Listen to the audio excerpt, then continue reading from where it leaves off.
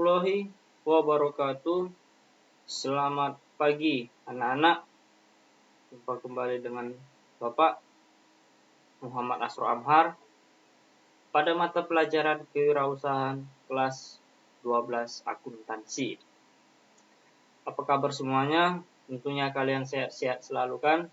Saya yakin kalian pasti selalu menjaga jarak dan mengikuti protokol kesehatan yang diberikan oleh pemerintah. Tetap dilakukan ya. Dan tetap semangat untuk belajar walaupun hanya dalam daring atau melalui video.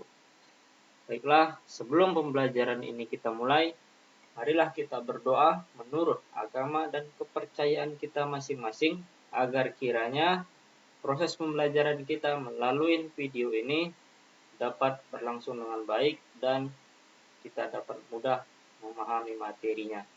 Baiklah, berdoa dimulai.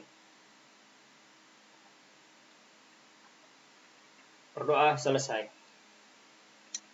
Pada kesempatan kali ini, atau lebih tepatnya pada pertemuan ketiga ini, Bapak akan membawakan materi mengenai metode perakitan jilid 1 ya. Nah, dalam materi kali ini kita harus tahu apa sih tujuan yang harus kita capai. Setelah mengikuti pembelajaran, siswa diharapkan mampu yang pertama menjelaskan konsep lini perakitan, yang kedua menjelaskan prinsip perakitan, yang ketiga menjelaskan metode dan jenis perakitan, dan yang keempat menganalisis faktor yang mempengaruhi kegiatan perakitan. Nah, dapat dikatakan kita berhasil dalam pembelajaran kali ini, yaitu dengan kita menguasai keempat tujuan tersebut. Nah, ketika kita sudah menguasai keempat tujuan tersebut, maka kita dapat dikatakan mampu atau kita dikatakan menguasai materi pada pembelajaran kita kali ini. Baiklah anak-anak, kita masuk ke materi yang pertama. Nah, kita bisa lihat pada gambar yang Bapak tampilkan di slide ini ya. Kita perhatikan gambar apa ini. Itu merupakan suatu gambar perakitan atau lini perakitan. Sini kita dapat melihat lini perakitannya ya, berjalan sesuai dengan urutan, dan di sini mesin untuk merakit komponen-komponennya. Nah, di sini kita bisa lihat orang yang mengaktifkan mesinnya. Baiklah, masuk langsung saja. Apa itu perakitan? Nah, mari kita lihat. Perakitan adalah proses penyusunan dan penyatuan beberapa bagian komponen menjadi suatu alat atau mesin yang mempunyai fungsi tertentu. Ketika kita menyusun suatu bagian dengan bagian yang lain tanpa memiliki fungsi tertentu, maka itu hanya dikatakan kegiatan yang sia-sia. Dalam berwirausaha, kegiatan usaha kita atau perakitan kita tersebut harus mempunyai fungsi tertentu yang dapat dimanfaatkan oleh masyarakat. Disitulah letak keunggulan dari atau perbedaan antara orang yang hanya merakit dan dengan orang yang berwirausaha.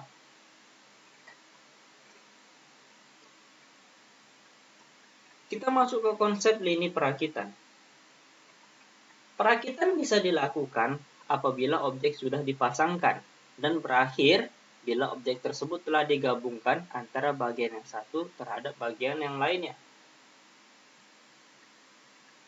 Perakitan adalah merupakan suatu proses khusus, contohnya seperti proses permesinan dan pengelasan. Atau di dalam kantor terdapat proses percetakan ya. Nah,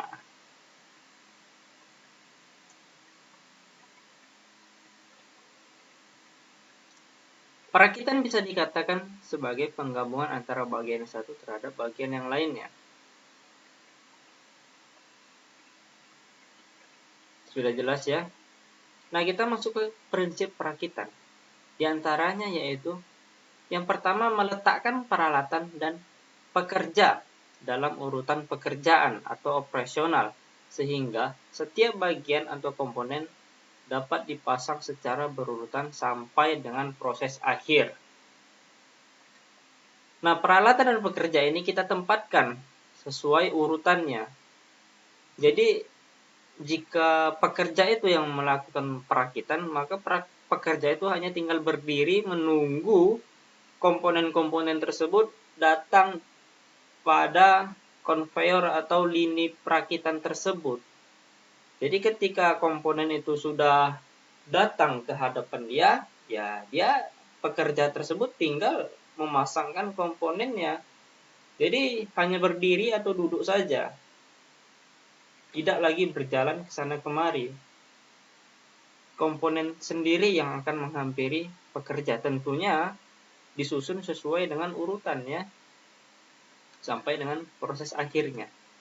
Yang kedua yaitu area kerja untuk pemasangan komponen dibuat secara nyaman sehingga pekerja dapat secara mudah memasang komponen ke dalam rangkaian produk yang berjalan di atas konveyor. Seperti yang saya sebutkan tadi, pekerja ini harus dibuat nyaman karena dalam pabrik-pabrik pekerjaan itu minimal 8 jam. Minimal itu 7 jam, maksimal itu 8 jam. Di atas itu maksimal 12 jam, di atas itu terdapat kerja lembur ya. Jadi dalam berwirausaha dalam sebuah pabrik, pekerja-pekerja produksi tersebut harus dibuat nyaman. Nah, antara pekerja satu dengan pekerja yang lainnya harus diberikan jarak leluasa untuk mereka tangannya bergerak. Sampai sini sudah jelas ya, dapat ya gambarannya dalam sebuah perusahaan. Nah, apa sih manfaat penerapan metode perakitan? Yang pertama, pekerja tidak perlu mengangkat beban berat. Seperti yang saya bilang tadi, komponennya itu sudah langsung datang atau langsung berjalan di atas konveyor pada lini perakitan tersebut. Yang kedua, tidak ada posisi membungkuk yang menyebabkan kelelahan fisik. Nah, masuk ke yang kedua ini, tidak ada membungkuk. Jadi seperti yang pada slide sebelumnya, pekerja itu dibuat senyaman mungkin. Nah, jadi ketika dalam pabrik itu dibuat tidak nyaman, maka akan merugikan pabrik itu sendiri, perusahaan itu sendiri. Siapa yang betah bekerja ketika kondisi fisiknya itu tidak tahan dengan pekerjaan tersebut? Nah, situ letak manfaatnya ya. Kemudian yang ketiga, tidak memerlukan pelatihan khusus dalam penggunaan lini perakitan tersebut. Nah, secara umum biasanya dalam perusahaan itu diminta SMA, tingkat SMA ya. Makanya kalian setidaknya sekolah itu kalaupun malas sekali ya lulus SMA atau SMK ya. Nah, dalam pabrik-pabrik ini banyak yang diminta lulusan SMK memang dalam perusahaan. Untuk proses produksi tersebut tidak ada pelatihan khusus. Paling sekali dikasih tahu prosesnya, maka pekerja itu langsung mengerti, hanya secara umum saja gitu. Tidak ada pelatihan khusus di dalamnya. Gampang ya. Kemudian yang berikutnya, pekerjaan yang sangat mudah dan dapat dilakukan oleh semua orang. Seperti saya bilang tadi, tapi tentunya pada saat sekarang ini, perusahaan-perusahaan meminta minimal tamatan SMA atau SMK sederajat. Berikutnya, peningkatan produktivitas yang cukup signifikan, sehingga produk dapat diproduksi dengan jumlah banyak dan mampu memenuhi permintaan pelanggan. Nah, dalam lini perakitan pada sebuah perusahaan, ditempatkan banyak sekali pekerja ya, terutama di Indonesia itu pekerja produksi itu banyak sekali ditempatkan, sehingga proses perakitannya itu dapat diproduksi, dirakit secara banyak. Nah, disinilah manfaatnya, peningkatan produktivitas dengan bantuan mesin dan tenaga manusia.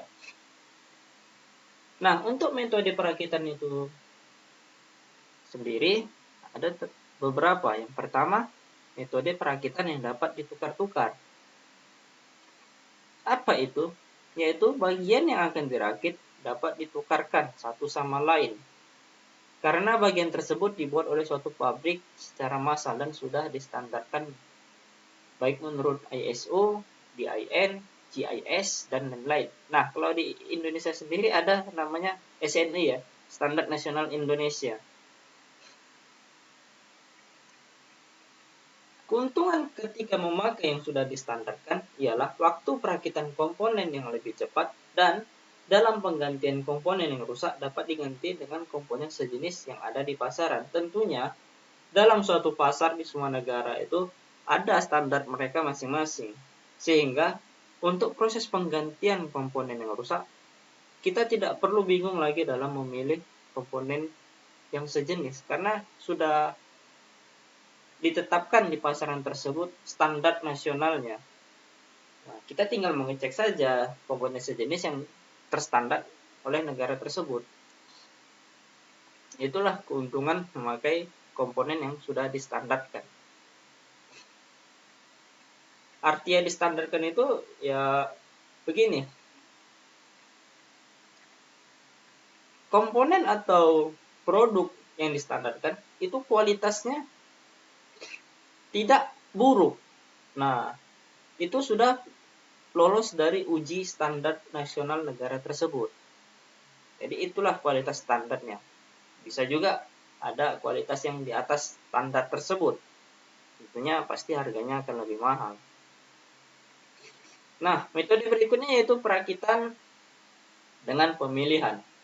Komponen-komponennya juga dihasilkan dengan produksi massal yang pengukurannya tersendiri menurut batasan-batasan ukuran. Dalam perakitan ini, pemilihan yang dimaksud yaitu mengenai pemilihan ukuran menurut batasan-batasan ukuran tersebut. Dan metode yang ketiga yaitu perakitan secara individual. Pengerjaan komponen tidak dapat dipisahkan antara pasangan yang satu dengan pasangannya, karena dalam pengerjaan mereka berurutan tergantung bagian sebelumnya. Di sini sudah jelas ya.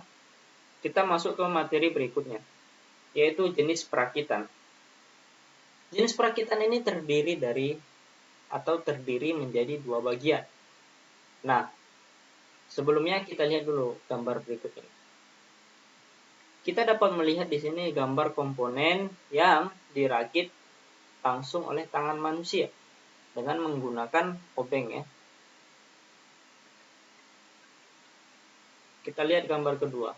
Di sini juga proses perakitannya langsung menggunakan tenaga manusia. Nah, gambar apa ini? Ini merupakan gambar dari perakitan manual. Apa itu perakitan manual? Perakitan manual adalah perakitan yang sebagian besar prosesnya dikerjakan secara konvensional atau menggunakan tenaga manusia langsung. Lihat, menggunakan tenaga manusia dengan menggunakan peralatan yang sederhana. Lihat, sederhana ya, obeng bisa dijumpai di mana saja. Itu dikatakan sederhana. Dan tanpa alat bantu yang spesifik atau alat bantu khusus. Intinya perakitan manual ini dilakukan langsung oleh tenaga manusia. Nah, inilah yang masih banyak di Indonesia. Perusahaan-perusahaan Indonesia itu masih banyak menggunakan perakitan manual. Kenapa? Karena kita belum mampu membeli teknologi-teknologi yang lebih tinggi dari ini ya. Entah karena kita kekurangan uang atau karena kita kekurangan orang untuk mengoperasikannya. Nah, lanjut pada jenis yang kedua. Kita lihat gambar pada slide berikut ini. Di sini kita lihat proses produksi menggunakan alat khusus ya. Tidak ada tenaga manusia langsung yang digunakan. Nah, jenis perakitan apa ini? Ini merupakan jenis perakitan otomatis, yang dimana perakitan otomatis itu adalah perakitan yang sebagian besar prosesnya dikerjakan dengan sistem otomatis. Lihat ya, sistem otomatis seperti elektronik, mekanik, atau gabungan keduanya, dan menggunakan alat bantu yang lebih khusus. Ini alat bantu yang lebih khususnya. Lihat ya. Nah, jika perakitan konvensional tadi menggunakan tenaga manusia langsung, bedanya pada perakitan otomatis, tenaga manusia itu hanya untuk mengaktifkan alat-alat ini, mengaktifkan produksinya agar berjalan. Jadi manusianya itu hanya mengecek, mengawasi, mengaktifkan proses produksinya. Untuk proses perakitannya ya, menggunakan tenaga mekanik, elektronik, atau gabungan keduanya. Dapat ya bedanya. Sampai sini sudah jelas ya jenis perakitan. Nah, untuk di Indonesia sendiri masih sedikit ya yang menggunakan teknologi seperti ini.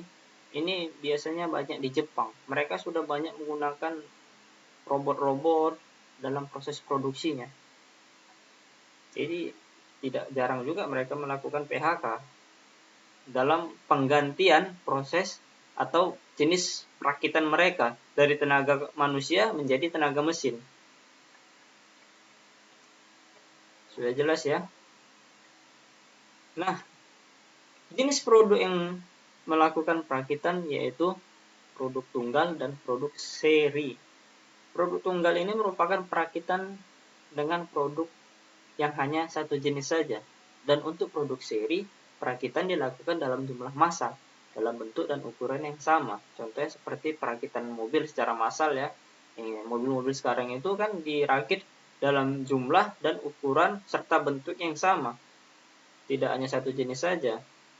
HP, banyak dia. Berapa unit sekali produksi. Nah, maksudnya produk tunggal ini pada perusahaan dalam perakitan produk tunggal itu biasanya untuk sebatas uji coba. Apakah produk tersebut layak digunakan atau dikonsumsi oleh masyarakat? Nah, ketika produk tersebut sudah terstandar atau sudah dinyatakan layak untuk digunakan, maka proses selanjutnya yaitu melakukan produk perakitan secara produk seri, yaitu perakitan dalam jumlah besar dan bentuk serta ukuran yang sama. Nah, di produksi massal dia. Setelah diuji coba, maka diperbanyaklah barang tadi. Misalnya, ingin menciptakan mobil baru, seperti kita kemarin, ada suatu anak SMK ya, yang menciptakan sebuah mobil. Nah, mereka hanya menciptakan satu produk saja. Jika kita lihat, kita ingat kemarin beritanya. Kenapa mereka belum melakukan produk seri? Karena mereka hanya menguji coba dulu. Ternyata produk yang mereka buat, rakitan yang mereka rakit tidak memenuhi standar Indonesia. Sehingga mereka tidak bisa melakukan produksi secara seri ya. Sudah jelas ya di sini anak-anak. Nah, apa saja faktor yang mempengaruhi kegiatan perakitan? Yang pertama yaitu jenis bahan yang mengalami perakitan. Contohnya yaitu seperti bahan plastik sebagai kemasan obat mempunyai kesulitan jika dilakukan pengepresan. Bisa lengket obat tersebut pada plastik gitu ya. Jadi harus kita pahami, harus kita pelajari jenis bahannya. Kemudian yang kedua, kekuatan yang dibutuhkan. Yang ketiga, pemilihan metode penyambungan. Pengertiannya bisa kalian baca ya. Nah, contohnya penyambungan komponen bahan baja tipis jika menggunakan sambungan las plat akan dapat tersambung kuat dan rapat. Contoh lain yang bisa Bapak berikan, jika kita ingin menyambungkan kertas, tidak mungkin kita mengelasnya. tentu kertas itu akan terbakar. Makanya kita pilih metode penyambungan berupa lem kertas, sehingga penyambungan antara kertas satu dan kertas lainnya dapat tersambung dengan baik.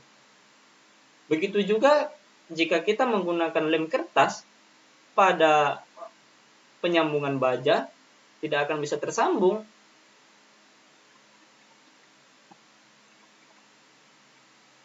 Kemudian yang keempat, penggunaan alat bantu perakitan. Ini sudah jelas ya, alat bantu perakitan. Di mana-mana namanya alat bantu ya untuk mempermudah, memperlancar proses perakitan tersebut. Kemudian yang kelima, pemilihan metode penguatan. Contohnya yaitu pembuatan silinder dari bahan plat tipis, maka tepi silinder akan menghasilkan ketajaman yang mudah lentur. Maka ditambah kawat di tepi silinder sehingga tidak tajam dan kuat. Yang keenam yaitu toleransi. Apa maksudnya? Toleransi dalam perakitan dipertimbangkan berdasarkan pasangan antar elemen yang dirakit menjadi komponen yang lebih besar atau biasa disebut interchangeability atau sifat mampu tukar. Yang ketujuh, bentuk atau tampilan. Hal ini sangat mempengaruhi nilai jual ya. Sedikit saja tampilan itu berubah walaupun isinya sama, maka masyarakat akan cenderung menganggap itu sesuatu hal yang baru. Nah, itu juga akan mempengaruhi pasar. Kemudian yang ke-8, ergonomis. Ergonomis ini kesesuaian antara produk harus disesuaikan dengan kenyamanan si pemakai. Jadi harus diperhatikan juga ya kenyamanan si pemakai. Kemudian finishing, yaitu memberikan tampilan terhadap nilai jual produk. Nah, dalam pemasarannya kita memberikan tampilan agar nilai jual produknya itu tinggi ya dalam kewirausahaannya ya. Nah, sekian video pembelajaran kita kali ini. Jika ada yang ingin ditanyakan, tanyakan ke saya melalui e-learning kalian masing-masing pada grup diskusi ya. Saya berharap kalian bertanya ya. Keaktifan kalian dilihat dari seberapa banyak kalian bertanya kepada saya. Makin banyak kalian bertanya, semakin tinggi nilai kalian. Baiklah, dan Bapak harap tugas-tugas yang Bapak berikan kalian kerjakan dengan sendiri, pemikiran sendiri. Saya tidak suka orang yang mencontek. Bapak akan menilai hal tersebut. Baiklah, sebelum kita menutup pembelajaran kita kali ini, marilah kita berdoa menurut agama kita agar ilmu-ilmu yang kita pelajari kali ini bisa kita implementasikan ketika kita berwirausaha nanti. Baiklah, berdoa dimulai. Berdoa selesai. Baiklah anak-anak, sekian pembelajaran kita pada pertemuan kali ini. Saya Bapak Muhammad Asro Amhar. Sampai jumpa di pertemuan selanjutnya atau pertemuan keempat. Saya ucapkan sekian dan terima kasih. Wassalamualaikum warahmatullahi wabarakatuh.